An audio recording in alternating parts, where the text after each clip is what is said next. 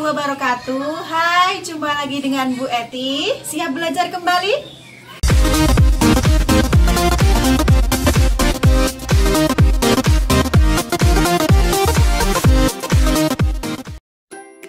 Hari ini kita akan melanjutkan pelajaran 8. Mari hidup sederhana dan ikhlas.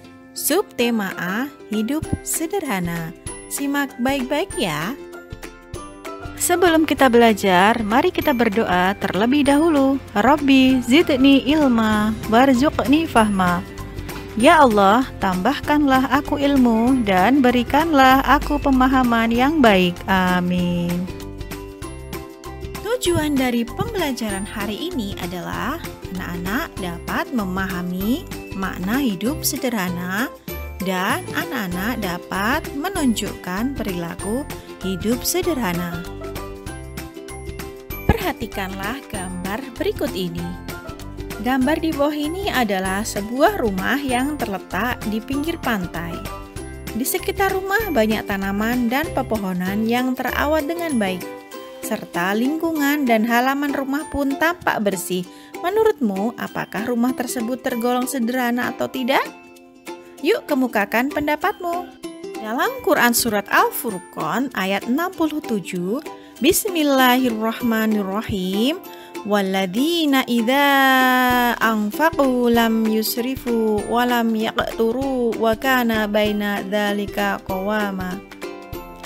Artinya, dan termasuk hamba-hamba Tuhan yang Maha Pengasih, orang-orang yang apabila membelanjakan harta, mereka tidak berlebihan dan tidak pula kikir, di antara keduanya secara wajar. Menurut Al-Quran, hidup sederhana itu di antara berlebihan dan kikir. Berlebihan artinya tidak wajar atau aneh-aneh. Sedangkan kikir disebut juga terlampau hemat atau pelit.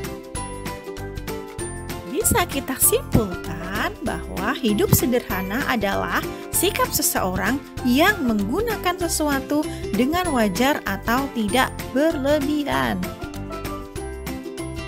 Contoh sederhana misalnya makan bakso. Antara makan bakso 1 mangkok atau 2 mangkok. Karena sederhana itu tidak berlebihan, maka lebih baik kita makan bakso cukup 1 mangkok saja. Dari kisah Nabi Muhammad SAW yang selalu hidup sederhana, beliau baginda Nabi selalu tidur beralaskan sehelai tikar, dan kalau terbangun terlihat ada bekas tikar di pipinya. Begitu sederhananya kehidupan Nabi, tapi ia sangat mulia di hadapan Allah. Mampukah kita seperti Nabi? Berikut ini adalah keuntungan hidup sederhana. 1. Orang yang hidup sederhana berarti telah mengamalkan ajaran agama atau perintah Allah, dan orang tersebut mendapatkan pahala.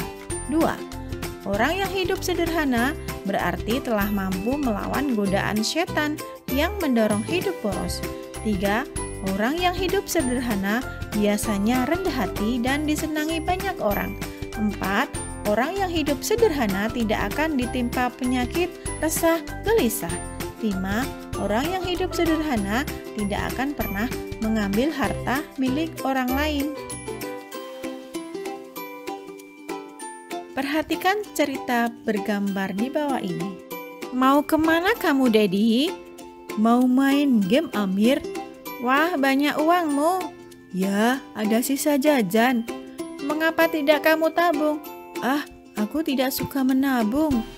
Jadi, kamu suka boros. Allah Subhanahu wa Ta'ala mengatakan boros itu saudaranya setan.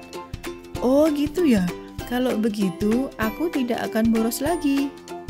Dalam Quran Surat Al-Isra ayat 27, Bismillahirrahmanirrahim. Innal mubadzirina kanu ikhwana syayatin wa kana syaitanu lirabbih kafura. Artinya, Sesungguhnya pemboros-pemboros itu adalah saudara-saudara setan, dan setan itu adalah sangat ingkar kepada Tuhannya. Makan secara berlebihan, belanja terlalu banyak, dan berbelanja tidak sesuai kebutuhan kita atau berlebihan. Itulah mereka semua adalah temannya atau saudaranya setan. Sikap kebiasaanku, insya Allah aku bisa. Aku harus mulai hidup sederhana. Tugas anak-anak sekalian adalah sebutkan apa saja keuntungan hidup sederhana. Sekian yang bisa Bu Etih sampaikan dari pelajaran 8. Kita lanjutkan pelajaran berikutnya. Kita akhiri dengan hamdalah. Alhamdulillahirrabbilalamin. Akhir kata, wassalamualaikum warahmatullahi wabarakatuh.